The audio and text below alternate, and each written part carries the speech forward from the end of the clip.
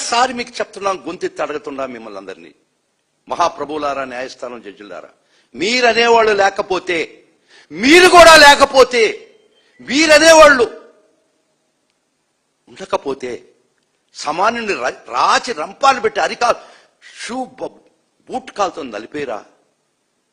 ఈ వ్యవస్థలో ఉండే గొప్పతనం, ది హైయెస్ట్ ఇంటిగ్రేట్ న్యాయ వ్యవస్థ ఉంది కాబట్టి అట్లీస్ట్ సామాన్యుడు బ్రతికే పరిస్థితి ఇంకా ఉంది. Hats off to the judicial system of India అనేవాళ్ళు ఈ వ్యవస్థలో లేకుండా ఉండుంటే, ఇంత నిక్కచ్చమైనటువంటి తీర్పులు రాకుండా ఉండుంటే, మీరు ఆడింది ఆట, పాడింది పాట కదా. మీకు గుర్తుందా లేదో, ఒక పోలీసు వ్యవస్థ రూలింగ్ పార్టీకి కొమ్ముగాయడం అంటే చట్టాలని గాలి కుదిలేసి, ఒక్క దగ్గర మటుకు చూస్తున్నాను నేను, అది ఈ దేశంలో ఎక్కడా చూడలేదు. ఇరాన్లో ఐఆర్జిఎస్ అని ఒకటి ఉంటుంది, ఇరానియన్ రెవల్యూషనరీ గార్డ్ కోర్ అని చేసి, వాళ్ళు కొమేనీకి మాత్రమే బద్దులు, ప్రజలకు కాదు. ఆ విధంగా మీరు పాలకులకు మాత్రమే బద్దులై పాలకులు చెప్పినట్టే విని చట్టాన్ని గాల్లో వేసినటువంటి ప్రతి పోలీస్ ఆఫీసర్కి ఒక్కగారికి ఒక గుర్తు చేస్తున్నారు. మీరు చట్ట ప్రకారం ఒక్కసారి రీడ్ చేస్తుందా, 166 ఐపీసీ 138 ఆఫ్ బిఎన్ఎస్ ప్రకారం, public servant డిసోబేయింగ్ law with intent to cause injury to any person, whoever being a public servant knowingly disobeys the direction of any law as to way that he is to conduct himself, and such public servant intending to cause or knowing it likely that he will by such disobedience cause injury to any person shall be punished with imprisonment. దీని ప్రకారం మీకు అంబటి రాంబాబు గారు crime number 76 లో ఆ complaint it had been published across the state. ఈ రాష్ట్రం అంతా తెలిసినటువంటి విషయం అది. ఆయన రిమాండ్ అయినాడని తెలిసిన విషయం. ఆయన ఎందుకు రిమాండ్ అయినది ఆ రోజు జరిగింది పేపర్లో, టీవీలో, ప్రతి మాధ్యమంలో ప్రచురితమైన విషయం.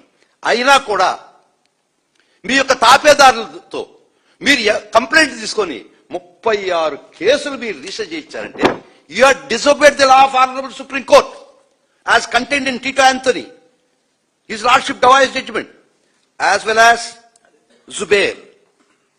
మీరు law as per article 141, it is binding on you and me in the entire country. So knowingly fully well that you are not supposed to reach the case, you have violated the law and reached the case to cause injury to Ambati Rambabu. We are also pursuing that. మేము ఖచ్చితంగా దీన్ని we take it to logical end, and ఒకవేళ మేము remand కూడా challenge చేశాం. ఆ remand challenge చేసేటప్పుడు కూడా కొన్ని తప్పిదాలు దొరికాయి కాబట్టి రిమాండ్ అప్పుడు దాన్ని కూడా మేము we are taking to logical end. ఎవరైనా మేము it is under our examination, ఆ కోర్టు తీర్పు సరిగా లేదు చట్ట ప్రకారం అనుకుంటే వారి మీద కూడా కంటెంప్ట్ చేయడానికి సిద్ధంగా ఉన్నాం. ఎందుకంటే now or never, once for all, it's enough, it's enough, it's enough, it is enough forever. We will not allow the law to be plundered by you people. ఈరోజు చంద్రబాబు నాయుడు, పవన్ కళ్యాణ్, హోమ్ మినిస్టర్ అనిత గారు, లోకేష్ గారు చెప్పాలి దీనికి answer. 11 సీట్లు Kadapa MLA అని kindle చేసిన వీళ్ళకి జగనన్న జిల్లాల పర్యటన వస్తే ఎందుకు తడిసిపోతుంది, ఎందుకు ఆంక్షలు పెడుతున్నారు? ఇదే ఆంక్షలు మీకు పెట్టామా మేము అధికారంలో ఉన్నప్పుడు? చంద్రబాబు నాయుడు తిరిగాడు, పవన్ కళ్యాణ్ తిరిగాడు, లోకేష్ కూడా పాదయాత్ర అని చెప్పి ఒక పాదయాత్ర చేశాడు. అది ఎవరు కూడా చూడని పాదయాత్ర. ఎప్పుడైనా ఆంక్షలు పెట్టామా? అంటే జగన్మోహన్ రెడ్డి గారు జనంలోకి వస్తే తెలుగుదేశం పార్టీ ఈవీఎంల ద్వారా గెలిచిపోయిందన్న విషయం పబ్లిసిటీ అవుతుంది కాబట్టి వాళ్ళు ఏదైతే సూపర్ 6 కానీ 143 మేనిఫెస్టోలో చెప్పినవి చేయకుండా జగనన్న ఇస్తున్నవి కూడా ఇస్తామని చెప్పి ఇవ్వకుండా పోవటాన్ని ప్రజలందరూ కూడా జగనన్న వెనక వెళ్తూ ఆయనకు చెప్తున్నారు. కాబట్టి వాళ్ళు చేసిన తప్పులు, వాళ్ళు చేస్తున్న అవినీతి ఏదైతే ఇప్పుడు ఉందో, ఇసుక కానీ, మద్యం కానీ, గంజాయి కానీ, డ్రగ్స్ కానీ, ఇవన్నీ బయటకు వస్తున్నాయన్న భయంతో, బాధతో ఈ ఆంక్షలు తప్ప ఎందుకు ఆంక్షలు నాకు చెప్పాల్సిన అవసరం వాళ్ళు ఉంది.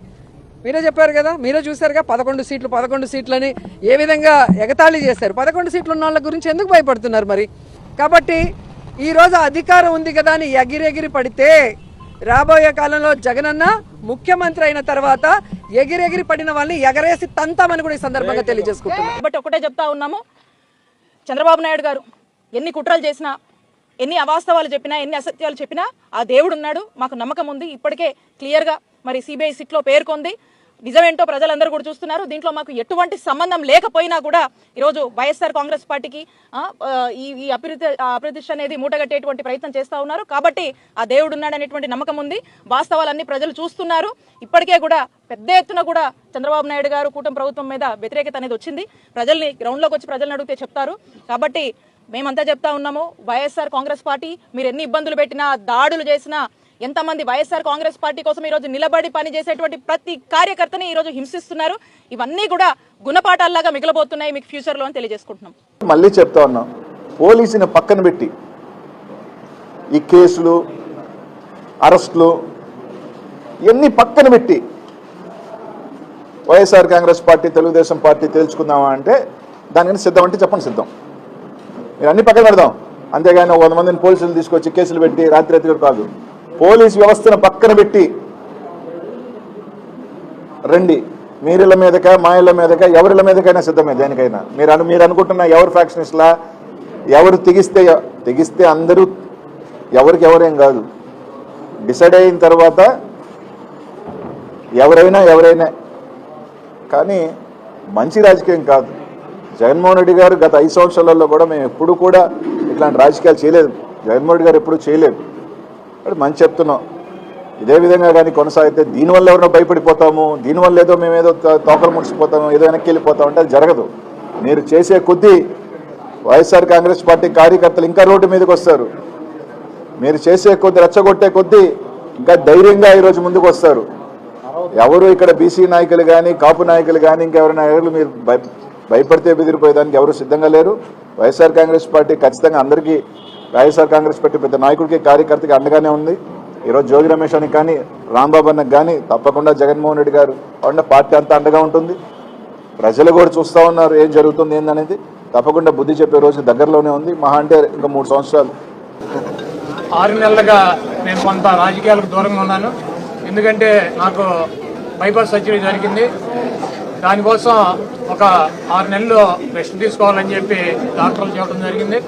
దాని ప్రకారం 6 నెలలు కంప్లీట్ అయింది. అయితే ఇంకొక 6 నెలలు ఇటువంటి ప్రోగ్రాంలో పాల్గొంటాను తప్పకుండా. ఆ తర్వాత మరి ఎప్పటిలాగా ప్రజా ఉద్యమాల్లో కూడా రోడ్డు మీదకి వచ్చి ప్రజల తరఫున ఫైట్ చేస్తామని చెప్పి, ఈ రాష్ట్రంలో జరుగుతున్నటువంటి అనేక అవకతవకలు కావచ్చు, అనేక రకాలైనటువంటి అక్రమాలు, వేధింపులు, వీటన్నిటిని కూడా ఎదుర్కొని నిలబడి వైఎస్ఆర్సీపీ జెండాని మళ్ళీ జగన్మోహన్ రెడ్డి గారిని ముఖ్యమంత్రిని చేయడానికి మాకు శక్తి వంచన లేకుండా కృషి చేస్తారని